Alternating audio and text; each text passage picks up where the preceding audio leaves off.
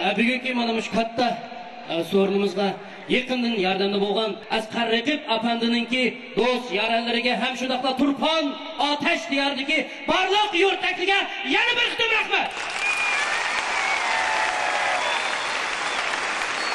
Ham shundaqla mana bugungi kechiligimizniki Asqar Raqib apandimga yondosh bo'lib, tang jo'r bo'lib usul o'ynab berayotgan bizningki mush viloyatlik Naqshusul umididagi san'atkorlarimizga ko'p rahmatimizni bildiramiz.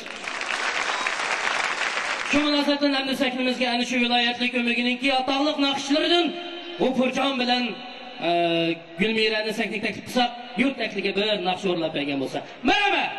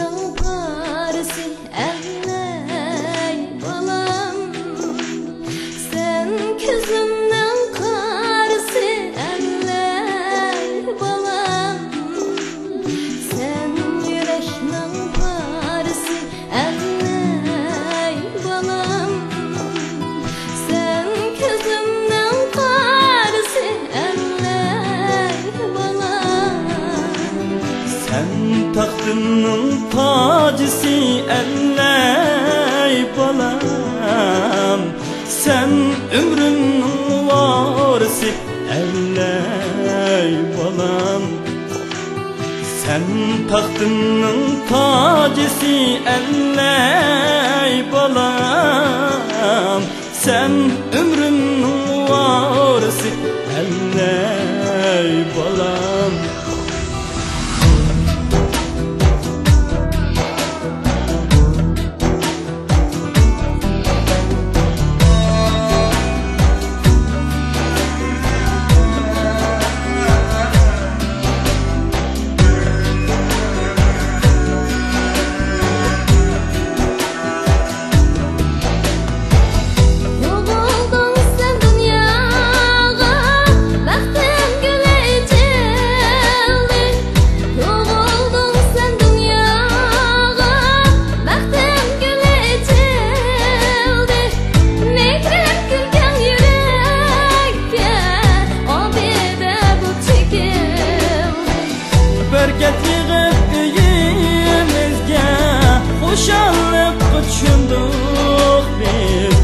Hayatın güzarına yeni bir çıkıtayım.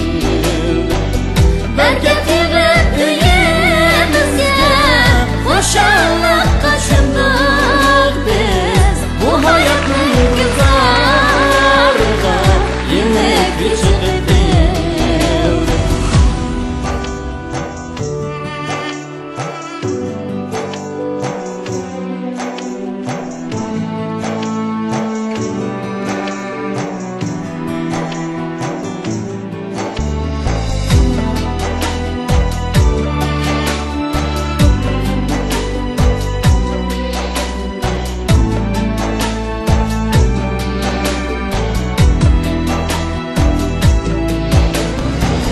Bana ümit verdin sen, emdi davam aşaymen.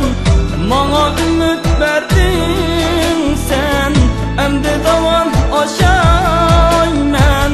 Arzuyumni, akidemni sana balam ataymen. Ömrüm uzun, bektin olsun dep yürektin tileymen. Sen bilen gül hayatım, senin için yaşay. Ömrüm uzun, bektin olsun dep yürektin tileymen. Sen bilen gül hayatım, senin için yaşay.